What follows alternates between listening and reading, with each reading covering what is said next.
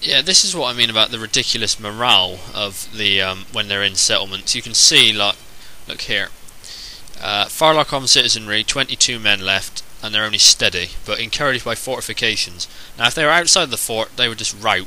But you're telling me that even though I've breached the walls everywhere, and they can't get off the walls, and I've blown both sides up and the rampart so they can't get down, they're still encouraged by fortifications? Come on. Yeah, so I've breached every single part of the settlement. You can see two giant squares there while I was just dealing with, what was I dealing with? Cav, obviously. And, yeah, it's going to get them out of squares now, as there's no cav left.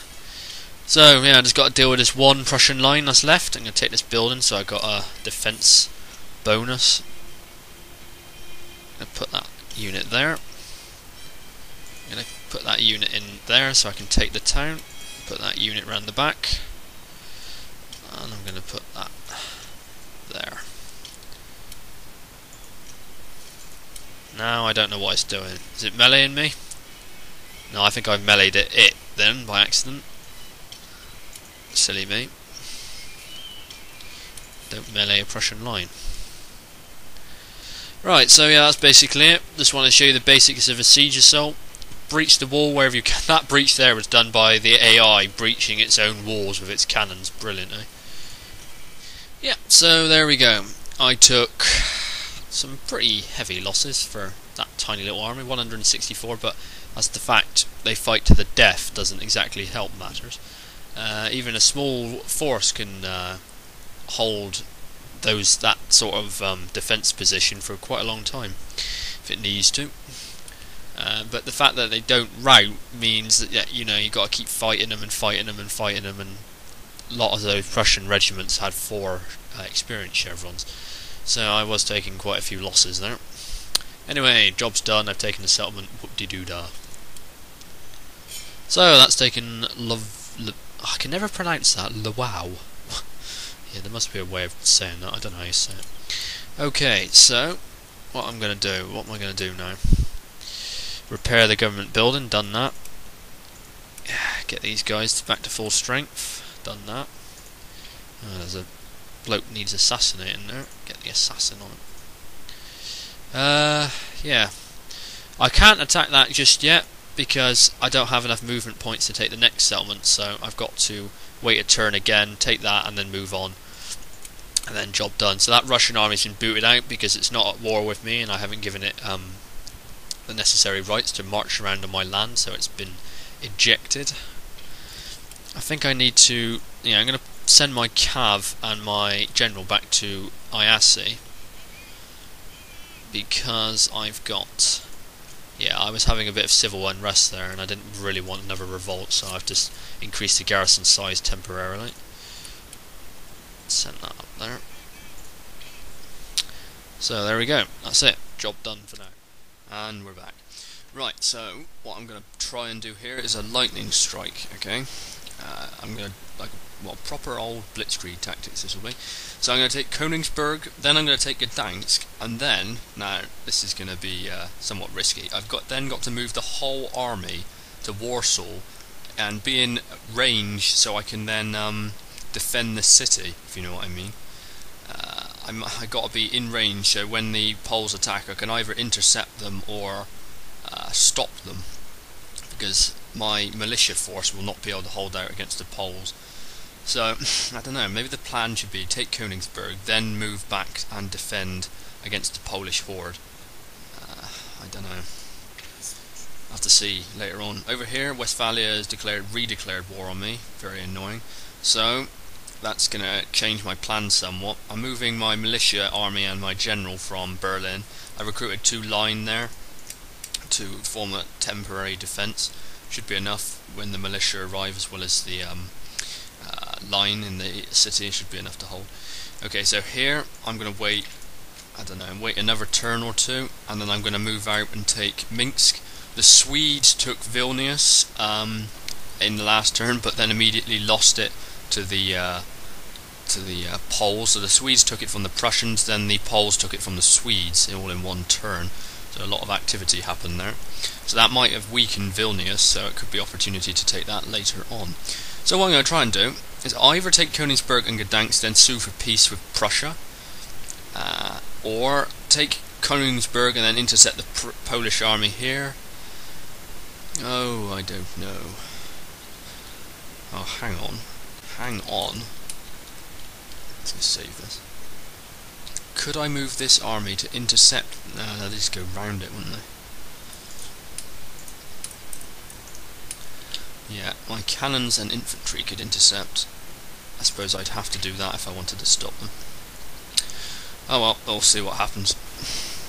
Alright, so what I'm going to try and do is, I've already taken Königsberg, and what I'm going to try and do is now take Gdansk, while my infantry army holds this army here. See, if I move around the red line of this army, I can actually make him go round me, like I showed, I don't know, probably won't remember, but I stopped an attack on Venice, delayed it by putting one unit there, and he went all the way around it. It's similar what I'm going to do.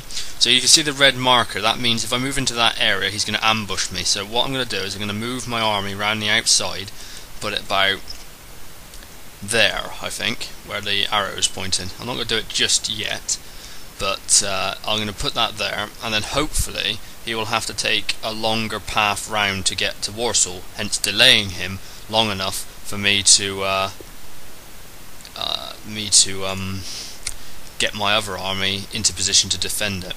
Okay, so what I'm going to do, take Gdansk, and then I'm going to have to split my army up into two, half defend Gdansk, half defend Königsberg, repress the area, replenish my men, and then I'm going to have to also deal with a civil revolt in Warsaw as well, thanks to the Prussians damaging my brothel, or my coaching inn, even though it's the same thing.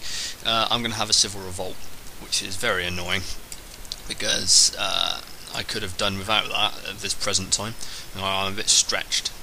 It doesn't matter, because I'm going to kill them all anyway. So, right, so the plan is take Gdansk, delay that army, defeat this army here. Oh yeah, let's get this one move. I don't want to move that just yet, just because I make the wrong move and they avoid me. Then hopefully, if I take Gdansk here, and the Prussian capital moves to there, I'll have to also take Jelgava. But if I take Gdansk and the Prussian capital moves to Algiers, which you probably won't, but the Prussians got this in a trade agreement or something with the Barbary states. So if they take that, I can then ask to give them that and give me that territory, Jelgava, and then also have a ceasefire. So let's see how this plays out. Okay, with Gdansk taken, I can now focus on defence. So what I'm going to do here is I want to delay this Polish army. Now, like I said in previous vids, it thinks in straight lines. So if I plonk the army there, it will have to go around, but it can go around like this, and it'll link onto a main road and still get there. So what I'm going to do is I'm going to tactically place one cav there. Now, when you place a unit, if you click on it, you can see the area around it is like a murky green. That means if any army passes through that area, you have the chance to ambush them if you want. One unit is not going to ambush an entire army though, so I'm not going to be doing that. But the AI will think that no, it cannot enter that zone because it will get ambushed, even though it doesn't really work out that there's only one unit in that army and it could easily destroy it.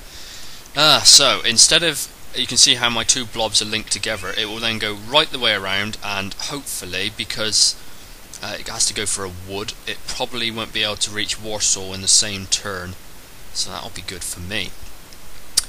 Over here, I've plonked my other army on the crossing, so similar. It can't. That's the only crossing apart from there.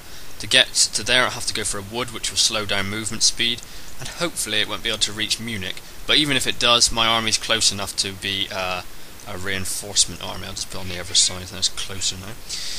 Okay, so that's that done.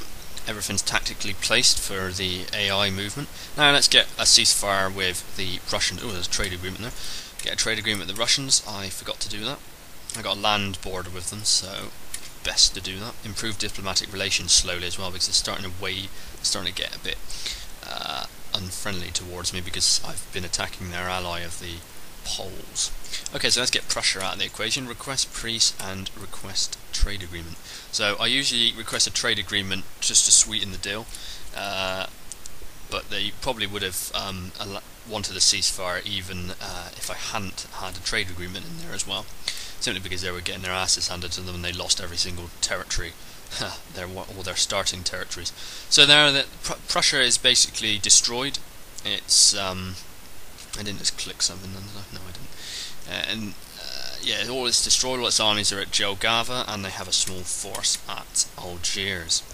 So I'm gonna let them do what they want to do up there, and perhaps they'll attack the Poles, which is good because those two are still at war with one another. So keeping the Poles and the Prussians playing off against one another will allow me to send forces to the west to deal with the Westphalians and perhaps the French if they declare war on me. So yeah, let's hope this all works.